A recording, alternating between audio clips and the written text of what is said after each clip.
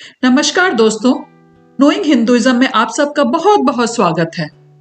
आज हम भागवत कथा के तृतीय स्कंद के प्रथम अध्याय के बारे में सुनेंगे और इस अध्याय में उद्धव और विदुर जी की भेंट का वर्णन है। राजा परीक्षित ने सुखदेव जी से पूछा कि प्रभु आप यह बताइए कि भगवान मैत्रेय और विदुर का समागम कहाँ हुआ था। श्री सुखदेव जी बोले, परीक्षित, यह उन दिनों की बात है जब धृतराष्ट्र की पुत्र वधू और युधिष्ठिर की पटरानी द्रौपदी के केश दुशासन ने भरी सभा में खींचे थे और युधिष्ठिर का राज जुए में जीतकर पांडवों को वन में भेज दिया था।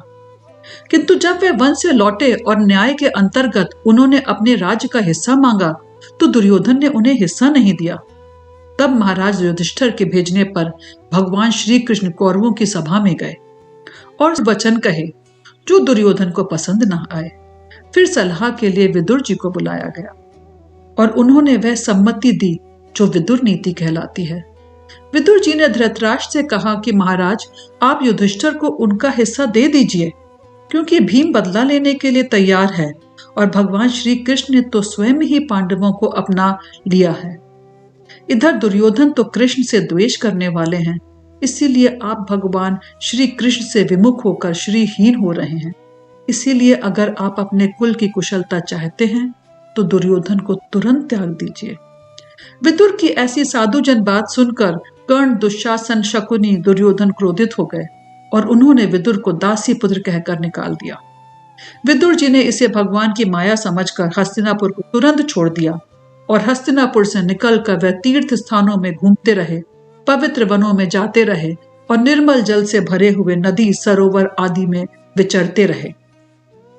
यूं ही विचरते विचरते उन्हें पता चला कि भगवान श्री कृष्ण की सहायता से युधिष्ठिर पृथ्वी का एक क्षत्र अखंड राज करने लगे हैं और कौरवों का विनाश हो गया है। उसके बाद वह एक यमुना तट पर पहुंचे जहां उनकी भेंट उद्धव जी से हुई। उद्धव जी श्री कृष्ण के प्रख्यात सेवक और शांत स्वभाव के थे।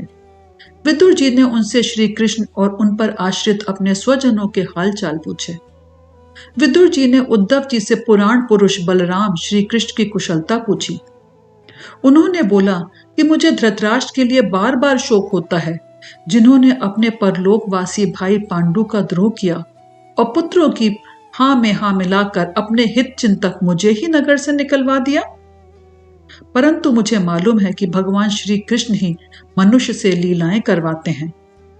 भगवान श्री कृष्ण ही मनुष्य की मनोवृत्तियों को भ्रमित कर देते हैं और उन्हीं की कृपा से, उन्हीं की महिमा को देखते हुए मैं आनंद से तीर्थों में विचर रहा हूं। भगवान कृष्ण ने कौरवों सहित दुष्ट राजाओं को भी मारकर अपनी शरणागत में दुख दूर कर दिए। यूं तो भगवान कृष्ण जन्म कर्म से परे हैं, पर दुष्टों का नाश करने के लिए उनके जन्म कर्म हुआ करते हैं।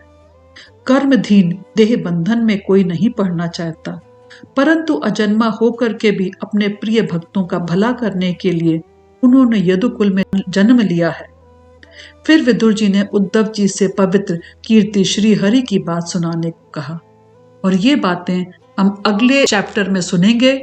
इसके साथ दोस्तों, आप सबको बहुत बहुत धन्यवाद कि आप हमारे साथ जुड़े हैं और आप श्री भागवत कथा को हमसे सुन रहे हैं।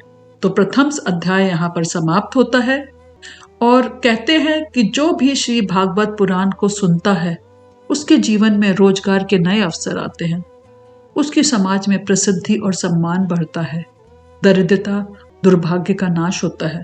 तो दोस्तों, आप सब के ऊपर भगवान श्री कृष्ण की कृपा हमेशा बनी रहे और नोइंग हिंदुइज्म की तरफ से आप सबको बहुत बहुत धन्यवाद।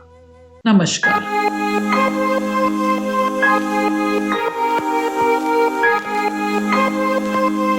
Thank you.